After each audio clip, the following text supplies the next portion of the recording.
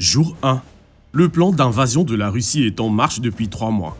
Un grand nombre d'hommes et de matériel ont été déplacés vers des zones de transit en Europe et au Japon. Le baril de poudre que tout le monde craignait d'allumer est sur le point d'exploser. Tout a commencé lorsque la Lituanie a bloqué les expéditions ferroviaires de la Russie vers l'enclave de Kaliningrad en signe de protestation contre la guerre en Ukraine, la privant ainsi de tout réapprovisionnement. Pendant des semaines, la Russie a bluffé et menacé, puis elle a commis l'impensable. Des troupes russes ont franchi la frontière lituanienne pour s'emparer des voies ferrées reliant Kaliningrad, d'une importance capitale, à la mère patrie. L'OTAN a immédiatement activé ses forces d'intervention rapide, repoussant les troupes russes hors de la Lituanie. À présent, les États-Unis se préparent à faire l'impensable, ce qui risque fort de déclencher une guerre nucléaire. Ils vont envahir la Russie. Les troupes américaines se sont déployées en Pologne, en Norvège et au Japon.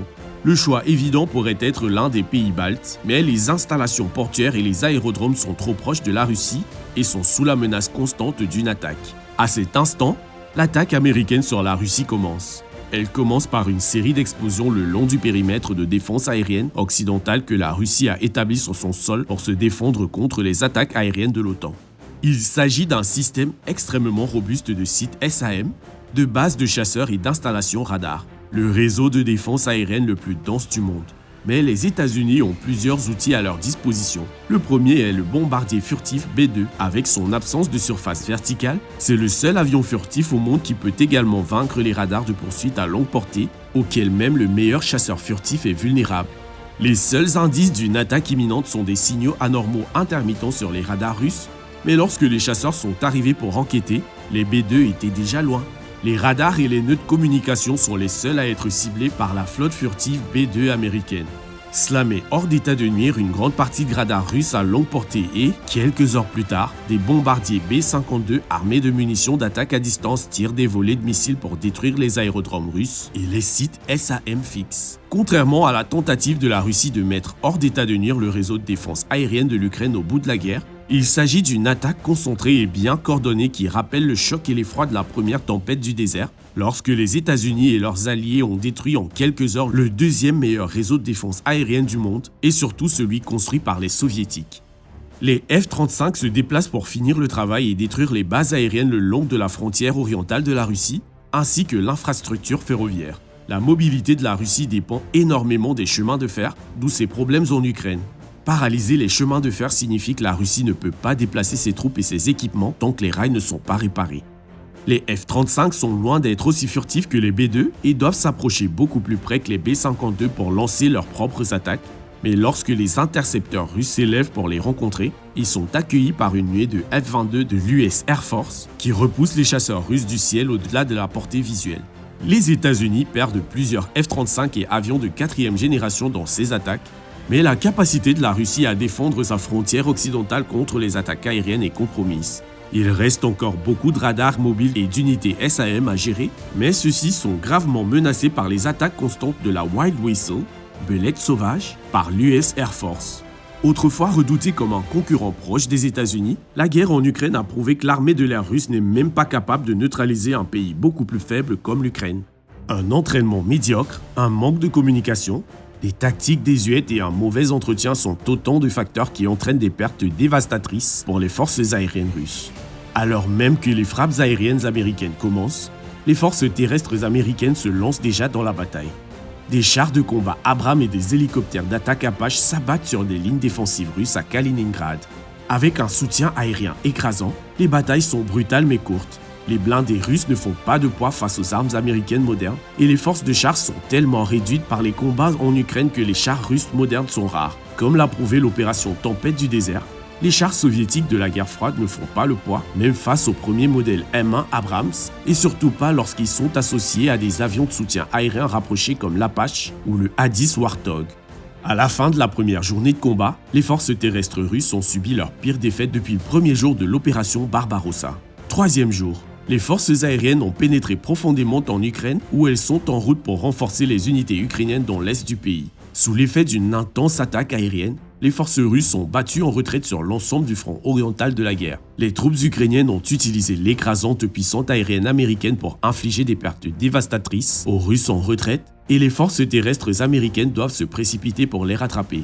On craint une extension excessive Mais l'assaut constant de l'aviation et des missiles américains laisse peu de place et de temps aux Russes pour contre-attaquer.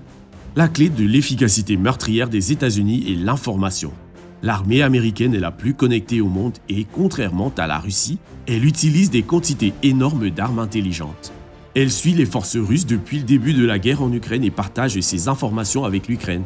Cela a un effet dévastateur. Cependant, l'armée ukrainienne a toujours manqué de matériel pour utiliser pleinement ces informations. Ce n'est pas le cas des États-Unis. Les difficultés de la Russie sont aggravées par un manque fondamental de sécurité opérationnelle dans son armée. La plupart des radios russes ne sont pas sécurisées, ce qui permet aux États-Unis de recueillir de grandes quantités de renseignements sur les signaux. Après avoir passé 20 ans à traquer les terroristes au Moyen-Orient et en fouillant des millions d'interceptions de radios et de téléphones portables, les États-Unis sont extrêmement bons dans ce domaine. C'est pourquoi dans le monde réel, des généraux russes meurent régulièrement, leur position étant localisée par les États-Unis et transmise aux forces ukrainiennes. Maintenant que le matériel américain est en jeu, le massacre est exponentiellement plus important. Les chaînes de commandement russes sont brisées sur le front oriental et ces forces se replient généralement vers des positions plus fortifiées à l'intérieur des villes d'Ukraine orientale. 7e jour. La bataille pour Kaliningrad est officiellement terminée. Les combats ont été brutaux et intenses, mais les forces russes sous-équipées et démoralisées ont finalement été submergées par la puissance de feu américaine. Les opérations psychologiques contre les troupes russes ont été particulièrement efficaces. D'abord, une démonstration écrasante de la puissance américaine sous la forme de frappes aériennes de précision et de frappes d'artillerie à longue portée. Ensuite, des émissions de radio et même des tracts distribués par l'US Air Force promettent l'amnistie à tout soldat russe qui se rend. Avec un grand nombre de conscrits qui sont habitués à un traitement médiocre, voire abusif, l'opération psychologique visant à démoraliser les forces russes a été un grand succès.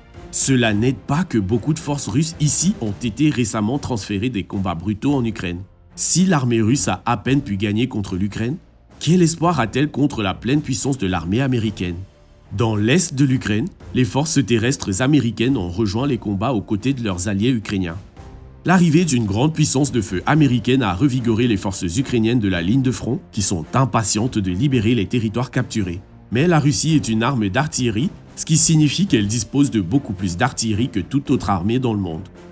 Et malgré d'intenses tirs de contre-batterie et l'utilisation d'avions d'attaque au sol, les États-Unis subissent leurs pires pertes depuis les guerres d'Irak et d'Afghanistan. 14e jour. Les combats de Kaliningrad se résument à de petites opérations de guérilla menées par les forces de résistance russes. Les forces de l'OTAN d'Espagne, d'Allemagne, de Pologne et d'Italie mènent des opérations de lutte contre la guérilla, libérant ainsi les forces américaines pour qu'elles poursuivent leur progression vers les pays baltes. Plutôt que d'envahir les pays baltes, comme on craignait que la Russie ne fasse en cas de guerre, l'armée russe a choisi de renforcer ses défenses le long de la frontière balte. Une décision judicieuse étant donné l'incapacité de l'armée de l'air russe à dissuader les opérations aériennes américaines.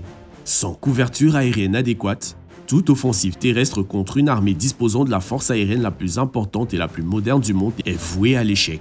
Les forces américaines exécutent maintenant une poussée vers la Biélorussie depuis la Lituanie et la Pologne. Les forces de résistance biélorusses se sont rassemblées en Pologne depuis des semaines, s'entraînant en étant équipées par l'armée américaine en prévision d'une opération visant à libérer la nation du dictateur Loukachenko. Un soulèvement populaire contre Loukachenko entrave gravement les capacités des forces loyalistes à repousser l'invasion, et les forces russes envoyées en soutien subissent une attaque aérienne intense et constante. En Ukraine, les combats ont atteint les principales villes occupées de l'Est, les forces russes étant lentement mais sûrement expulsées. Cependant, le combat urbain est notoirement difficile et long et favorise largement le défenseur. Les États-Unis subissent leurs premières pertes importantes dans la lutte pour libérer l'Est de l'Ukraine. Cependant, les forces américaines sont engagées dans les combats urbains depuis 2 décennies au Moyen-Orient et disposent d'un entraînement et d'un équipement supérieur. La coupure des lignes d'approvisionnement dans les lignes occupées paralyse également la résistance russe, tout comme les problèmes de morale qui ont atteint des niveaux critiques. Lorsqu'elles ne combattaient que les forces ukrainiennes armées d'armes américaines, les troupes russes de première ligne souffraient déjà de graves problèmes de morale. Maintenant, face à des Ukrainiens vengeurs soutenus par des troupes américaines, le moral est au plus bas. De nombreuses unités se rendent sans tirer un seul coup de feu. 21e jour. Un effort de mobilisation nationale à travers la Russie a rencontré un succès mitigé. Avec l'implication des États-Unis dans la guerre en Ukraine, le mouvement anti-guerre a pris un essor considérable. De nombreux jeunes Russes refusent de se présenter lorsqu'ils sont mobilisés et les attaques contre les bureaux de conscription se multiplient. Les États-Unis ont également mobilisé l'ensemble de leurs réserves et à huis clos, dans les plus hautes sphères du pouvoir américain, les discussions ont lieu sur un nouveau projet. Alors que les États-Unis surpassent complètement l'armée russe, envahir la Russie et renverser le régime de Poutine nécessitera beaucoup plus de forces de combat que celles actuellement disponibles, et le seul moyen de générer la main-d'œuvre nécessaire est le service militaire. Les pertes s'accumulent également, et si les pertes sont lourdes du côté russe, les États-Unis ont subi des milliers de blessés et la moitié de morts. Les pertes en matériel sont d'une importance capitale. L'industrie manufacturière américaine est mal adaptée à la reconstruction massive des pertes au combat, la production de défense américaine actuelle ne représentant qu'une fraction de ce qu'elle était par le passé. Une invasion de la Russie coûtera d'énormes quantités de matériel et celui-ci ne sera pas remplacé rapidement. L'industrie américaine peut construire 28 Abrams par mois, mais si les États-Unis veulent maintenir une dissuasion crédible contre la Chine, il leur faudra plusieurs fois ce nombre. La production d'avions de combat est également limitée, avec peut-être 150 F-35 construits par an à l'heure actuelle. Un sursaut pourrait porter ce nombre à 200. Pour simplifier, l'accent mis par les États-Unis sur les armes de pointe et la dépendance à l'égard de la fabrication à l'étranger signifie que la fabrication civile américaine est mal adaptée à une transition vers la production d'armes en temps de guerre. Ils vont devoir soit gagner cette guerre rapidement, soit recourir à des armes de moins en moins sophistiquées pour y parvenir. 30e jour. À la fin du premier mois de combat, les forces russes ont été repoussées à quelques kilomètres de la frontière orientale de l'Ukraine avec la Russie. Ce n'est qu'une résistance obstinée à l'intérieur des villes denses qui ralentit les forces américaines. La Russie a appris à ne plus engager les Américains ou leurs alliés ukrainiens en rase campagne. Cela ne fait qu'inviter à la destruction, soit par les airs, soit par une artillerie intelligente et précise. Un projet d'assaut amphibie sur la péninsule Kamtchatka est annulé, car les craintes des pertes croissantes de matériel ont conduit à un redéploiement des forces du Japon vers le théâtre européen. À la place, l'US Navy lance un certain nombre de raids contre les aérodromes et les ports militaires russes de la région, détruisant complètement la flotte russe du Pacifique. L'extrême de la Russie est cependant relativement un point important du point de vue stratégique pour la nation, car il est trop éloigné des centres économiques de la Russie pour avoir une grande importance. Ainsi, les pertes ont peu d'impact sur la guerre. Le port de Saint-Pétersbourg, stratégiquement important, est bloqué depuis le début de la guerre et la marine américaine lance des frappes périodiques contre les forces russes dans la ville. La Russie craint un assaut amphibie imminent et des marines américains sont repérés en Estonie en train de préparer une telle opération. Mais il s'agit d'une feinte destinée à attirer l'attention des Russes sur la défense de la ville et à les détourner des combats en Biélorussie. En Biélorussie, Loukachenko est un président en exil alors que les forces américaines et de libération libèrent la capitale et marchent sur une force loyaliste en retraite qui se dirige précipitamment vers la frontière russe. Sous une attaque aérienne intense, peu de forces parviennent à la frontière avec un semblant de cohésion. Une fois à la frontière, elles sont victimes d'une trahison, comme la Russie l'a fait dans notre monde réel à l'égard de ses alliés séparatistes qui battaient en retraite à l'intérieur de l'Ukraine. Le pays refuse maintenant d'autoriser les forces non russes à traverser la frontière. Plutôt que de se battre, beaucoup se rendent. Jour 45. Les blindés américains poursuivent les unités russes en retraite à travers la frontière en Ukraine et en Russie même. Pour la première fois depuis la Seconde Guerre mondiale, la Russie est envahie par une puissance étrangère hostile. Le long de la frontière biélorusse, l'aviation et l'artillerie à longue portée américaine ont dévasté les positions défensives russes en prévision d'un assaut de l'autre côté de la frontière. Des frappes de précision ont visé des lignes de communication, les dépôts d'approvisionnement et les concentrations d'équipements lourds. La Russie dispose de beaucoup plus d'artillerie que les États-Unis et répond par des volées de feu écrasantes. Cependant, les États-Unis sont meilleurs pour contrer les tirs de batterie et les duels d'artillerie ont tendance à se terminer avec les États-Unis du côté gagnant. La puissance aérienne américaine a subi des pertes importantes en démantelant le vaste réseau de défense aérienne de la Russie, mais elle reste extrêmement performante et disponible en grand nombre. C'est cette puissance aérienne qui est la plus meurtrière pour les forces d'artillerie russes, qui subissent régulièrement des attaques aériennes. Les stocks américains d'armes intelligentes ont commencé à s'épuiser après 1 mois et demi d'opérations de combat intenses. Les bombes de chute libre ou conventionnelles sont mises à niveau avec des kits intelligents pour les rendre guidés par des armes ou des GPS, et les capacités de ciblage supérieures des avions américains signifient que même les bombes à chute libre frappent avec une grande précision. En comparaison, les stocks russes d'armes intelligentes sont maintenant complètement épuisés. Déjà dangereusement bas au 5e mois de la guerre en Ukraine, les stocks d'armes modernes de la Russie sont pratiquement épuisés. La Russie met maintenant les reliques de la guerre froide dans le combat, avec des résultats médiocres comme on pouvait s'y attendre. Cependant, La Russie dispose toujours d'un réservoir important de main-d'œuvre et de conscrits à lancer contre les forces d'invasion américaines. Alors que l'invasion de la Russie est sur le point de commencer officiellement, les commandants américains envisagent la logistique dangereuse d'affronter des centaines de milliers de conscrits russes. Même s'ils sont armés d'un équipement largement inférieur, le grand nombre de défenseurs signifie que les forces américaines pourraient être submergées si elles s'étendent trop. La meilleure stratégie est d'empêcher ces troupes de se battre en premier lieu. Les opérations psychologiques américaines ont fait des heures supplémentaires pour démoraliser les troupes russes et convaincre le peuple russe de se soulever contre le régime actuel. Les États-Unis promettent qu'ils n'ont aucune intention de détenir un territoire russe saisi. En réalité, il serait extrêmement impossible de le faire. Les États-Unis déclarent à la place que leur objectif est le renversement du régime de Poutine. Ce message résonne auprès de nombreux Russes privés de leurs droits, en particulier parmi les jeunes générations. Les défaites écrasantes subies par les forces russes au cours des 45 derniers jours contribuent à en orienter beaucoup vers une réticence à se battre. De nombreux Russes considèrent néanmoins qu'il est de leur devoir de défendre leur patrie contre tout envahisseur et ont une loyauté farouche envers le régime de Poutine.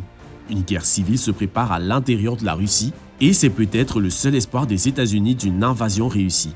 Sans le soutien du peuple, il est peu probable qu'une tentative visant à chasser Vladimir Poutine du pouvoir réussisse, et ce, s'il ne se résout pas à l'utilisation d'armes nucléaires. Compte tenu de l'incompétence de l'armée russe, il est presque certain que les États-Unis seront également confrontés à l'utilisation d'armes nucléaires tactiques contre ces forces. Cela ne peut signifier qu'une chose, une riposte égale de la part des États-Unis. Une dangereuse ascension de l'échelle nucléaire qui ne mène qu'à un seul endroit, l'anéantissement complet. Malgré ses capacités largement supérieures, même les États-Unis, seules superpuissances sur Terre, ne peuvent tout simplement pas réussir à envahir la Russie et à la vaincre sans se vaincre elle-même. Allez maintenant regarder les États-Unis pourraient-ils défendre leur patrie contre une attaque nucléaire, ou alors cliquez sur cette autre vidéo.